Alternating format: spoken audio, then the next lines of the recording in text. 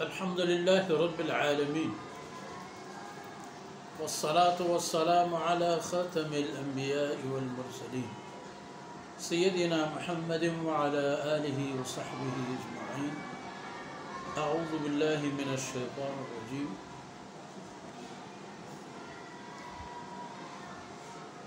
ويل يومئذ للمكذبين ألم نهلك الأولين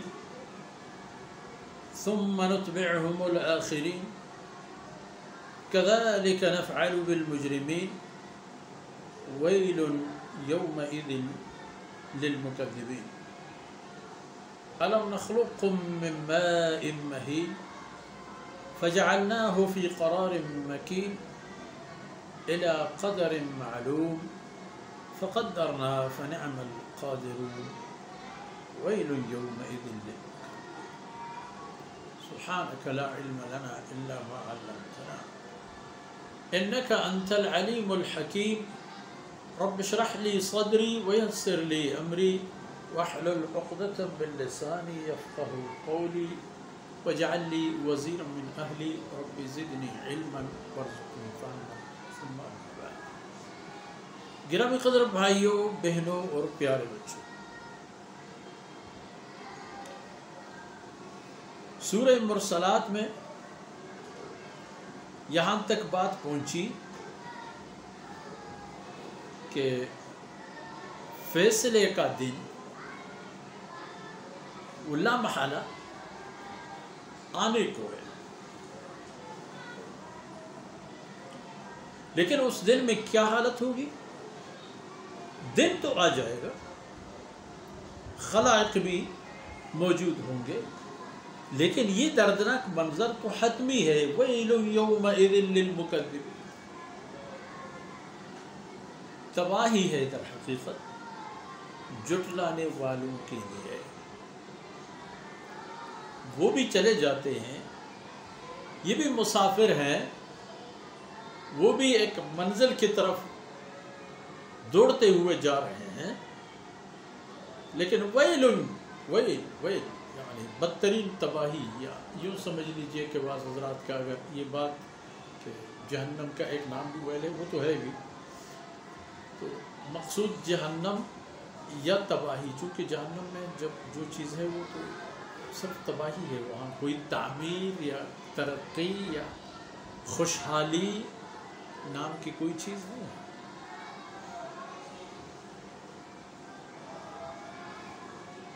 ویل یومئذ للمکذبین. اب اللہ رب العزت نظارہ دکھا رہے ہیں، پوچھ رہے ہیں کفار سے، مشرکین سے، او بھائی جواب دو. الم نہلک الاولین، کیا پچھلی امتوں کو ہم نے تباہ نہیں کیا؟ فرض کیجئے قوم فرعون کی بات ہو یا اس سے پہلے قوم نوح علیہ السلام کا تذکرہ. الم نہلک الاولین، فرمایا کیا میں نے ان کو ہلاک اور نیست و نابود نہیں کیا؟ کون تھا صفحہ ہستی سے مٹانے والا؟ کون تھا؟ میرے علاوہ کوئی تھا؟ یہ ایک بات سن لیجئے. الم نہلک الاولین، کیا پچھلی امتوں کو جو نافرمانیوں کی بڑے بڑے جنایت کرنے والے تھے ان کو ہم نے تباہ کیا، اور تباہی تو ان کی حتمی تھی. ثم نتبعهم الآخرین، پھر ان تباہ شدہ قوموں کے بعد ان کی پیروی کرنے والے بھی آئے، ان کا بھی ہم نے تتبع کیا، ان کے بھی پیچھے اللہ کی گرفت چلی.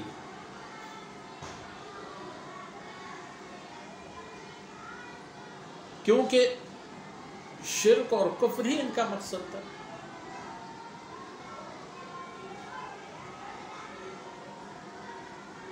جس طرح پچھلی امتیں تباہ ہوئی، ان کے بعد آنے والے بھی.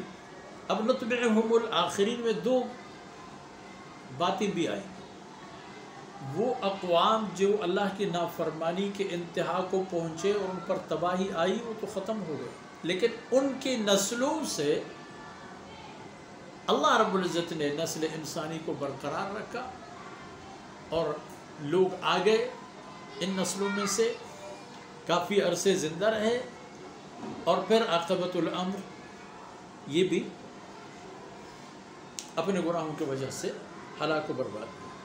فرمایا کذالک نفعل بالمجرمین، تو اللہ فرماتے ہیں یہ ہمارا معاملہ ہے، یہ سلوک ہے ہمارا، رفتار ہے ہمارا مجرمین کے ساتھ، ہر مجرم کے ساتھ یہی ہمارا سلوک ہوگا۔ سیدنا نوح علیہ السلام کی قوم کے جو متمرد لوگ تھے ان کو اللہ رب العزت نے پکڑ، طاقتور تھے، لمبی زندگیاں پانے والے تھے، اللہ رب العزت نے ان کو قابو کر لیا۔ اللہ کی قدرت سے ویسے بھی وہ بعید یا دور نہیں تھے۔ ان کے بعد دیگر قومیں آئی، ان قوموں میں بھی پھر مشرک، منکر، کافر اور دشمنان الہی پیدا ہوئے، ان کے ساتھ بھی اللہ کا یہی معاملہ ہے۔ کذالک نفعل بالمجرمین، یہ تو ہم کرتے ہیں ہر مجرم کے ساتھ اور مجرموں کی جماعتوں کے ساتھ، مجرمین کی طاقتوں سلطنتوں کے ساتھ۔ ویل یومئذ للمجرمین، جس دن یہ سلوک اور رفتار ہوگا ان لوگوں کے ساتھ، تباہی ہوگی ان لوگوں کے لیے، ان لوگوں کے لیے تباہی اور بربادی ہوگی، اور ان کے لیے تباہی اور خسارت کے علاوہ کوئی اور چیز نہیں ہوگی۔ دراصل ویل یومئذ للمکذبین تقریباً 10 بار اس سورہ مبارکہ میں یہ آیا تکرار ہے۔ اگر دیکھا جائے ہر چکر میں ہر بار اللہ رب العزت کی نعمتوں اور انسان کی جرم کا ایک نوعیت بیان، جو ان میں سے ہر ایک یہ سبب بن جاتا ہے کہ یہ آدمی جو ان جرائم کا مرتکب ہے وہ تباہ ہو جائے اور جہنم میں ہو جائے۔ اس لیے تکرار بھی ہوئے۔ آج اتنا ہی کافی ہے۔